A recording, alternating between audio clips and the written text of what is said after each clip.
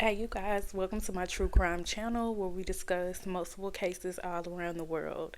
So, today, let's go ahead and dive into this case. In the winter of 2017, a quiet Canadian city found itself as the center of one of the most disturbing crimes in modern Ontario history. What began as a strange plumbing complaint in a basement apartment will unravel into a case so chilling, investigators struggled to comprehend the brutality behind it. This is the story of Adam Strong. On December 29th, 2017, a tenant in the basement suite of a small home noticed something strange. His bathtub drain kept clogging by what looked like pieces of flesh. The landlord called a plumber. The plumber ended up calling the police. And once officers arrived, everything escalated within minutes.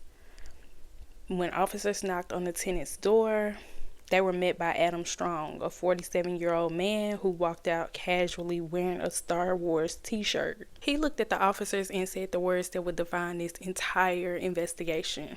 He said, "Okay, you got me," just as if, he had been caught, which he had been caught in his tracks. But I believe I heard the thing that this had went on for about a decade before being uncovered by anyone.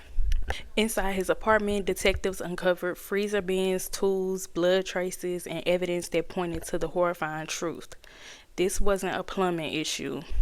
This was a dismemberment. Even more disturbing, forensic teams began to identify the remains. What they discovered would link Strong to two missing women from that region. In the fall of 2017, Rori suddenly disappeared. She was young, struggling with addiction, and known in the community. Her family had reported her missing, but no strong leads had surfaced until a torso washed up in Oshawa. I hope I'm pronouncing the name of this right, Oshawa Harbor, in September of 2017. At the time, investigators had no suspect. But once Strong was arrested months later, the pieces finally started to connect. DNA linked the torso to Rori, and forensic evidence inside Strong's apartment proved that she had died there. Adam had claimed that she had overdosed, but the evidence, the trauma, the dismemberment, the concealment, all pointed to homicide and deliberate mutilation. Another victim, Kandis, had vanished nearly a decade later in 2008. She had been listed as a missing person for years. Her family never received answers. But inside Adam's freezer, police found her remains too. This discovery shocked everyone involved in this case. Kandis had been missing for so long that investigators didn't even know where to begin reconstructing what had happened to her. Two girls, 10 years apart, both ended up in the same apartment under the same predator. Adam Strong wasn't a name known to the police before this discovery. He wasn't a known criminal. He wasn't violent on record. He lived alone, worked small jobs, and blended into the quiet neighborhood of where he was from and lived. But beneath that everyday exterior was a man who preyed on vulnerable young women. He kept to himself. He had almost no friends, and according to witness accounts, he had a creepy obsession with dark fantasies and controlling women. So you can imagine this led to what he would do to women.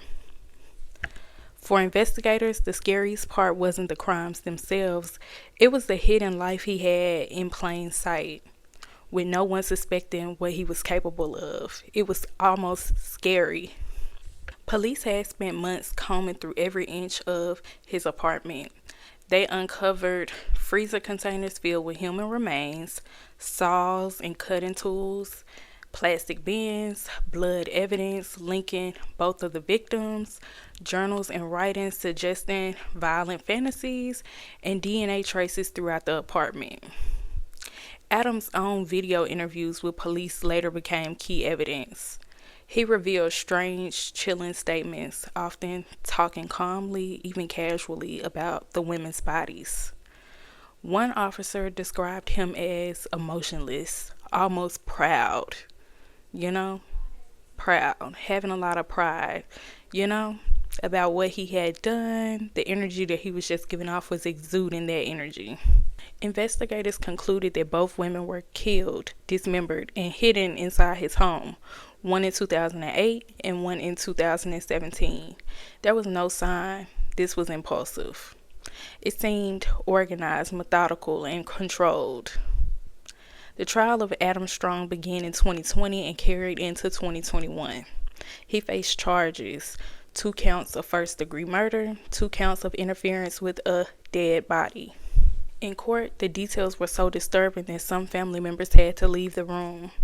Strong's defense argued that one victim overdosed and that the other's cause of death was unclear due to the age of the remains. But the Crown painted to forensic trauma, the dismemberment, the concealment, his incriminating statements, DNA evidence, and his attempts to hide both of the crimes. In March of 2021, the judge delivered the verdict: guilty of 2 counts of manslaughter, guilty of 2 counts of interference with human remains. He was sentenced to life in prison with no chance of parole for 20 years. For the families of Rori and Kandis, the verdict brought some closure, but not the healing they had hoped for. Both young women were vulnerable, struggling, often overlooked by society, but in the end, their stories resurfaced because justice demanded answers. Oshawa was shaken. I hope again that I'm pronouncing that name right, or pronouncing that city right. Investigators called it one of the most disturbing cases in the region's history. The case raised pressing questions. How did Kandis disappear for a decade without answers? How could Rori's death have been prevented? How was Strong able to hide such horrific crimes for so long? Today, the case remains a chilling reminder that danger can live quietly next door, hidden beneath normalcy, waiting to be discovered by accident. You guys, I hope that you were able to take something from this case on today. I definitely have more cases on the way for you guys. So let me know your thoughts and everything down below in the comments. Definitely don't forget to give me a thumbs up. And I will see you guys in the next case.